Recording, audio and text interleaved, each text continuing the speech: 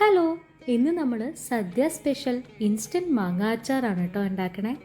എങ്ങനെയാണ് ഉണ്ടാക്കുക നോക്കിയാലോ. അതിനായി വലിയൊരു പച്ചമാങ്ങ എടുത്തിട്ടുണ്ട്. അത് കുഞ്ഞു കുഞ്ഞു കഷ്ണങ്ങളായിട്ട് അരിഞ്ഞെടുക്കണം.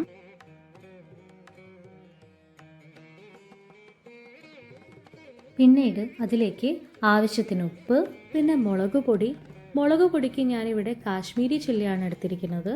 അതുകൊണ്ട് തന്നെ ഞാനിവിടെ 3 ടേബിൾ സ്പൂൺ മുളക് പൊടി എടുക്കുന്നുണ്ട്. പിന്നെ 1/4 ടീസ്പൂൺ മഞ്ഞൾപ്പൊടി, ഉലുവപ്പൊടി, പിന്നെ കായപ്പൊടിയും കൂടെ ചേർക്കണം.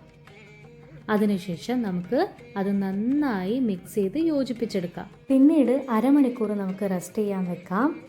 ഇനി അതിലേക്കുള്ള താളിപ്പിന് വേണ്ടി വേറൊരു പാൻ വെച്ച് അതിലേക്ക് 2 ടേബിൾ സ്പൂൺ നല്ലെണ്ണ, കടുക്, ഉലുവ, ഉണക്കമുളക്, കരിവേപ്പില, കായപ്പൊടിയും ചേർത്ത് താളിക്കാം.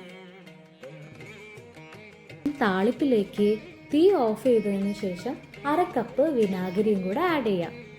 എന്നിട്ട് മിക്സ് ചെയ്ത് വെച്ച മാങ്ങയിലേക്ക് താളിപ്പും കൂടെ ആഡ് ചെയ്ത് നന്നായി ഇളക്കി മാറ്റി വെക്കാം.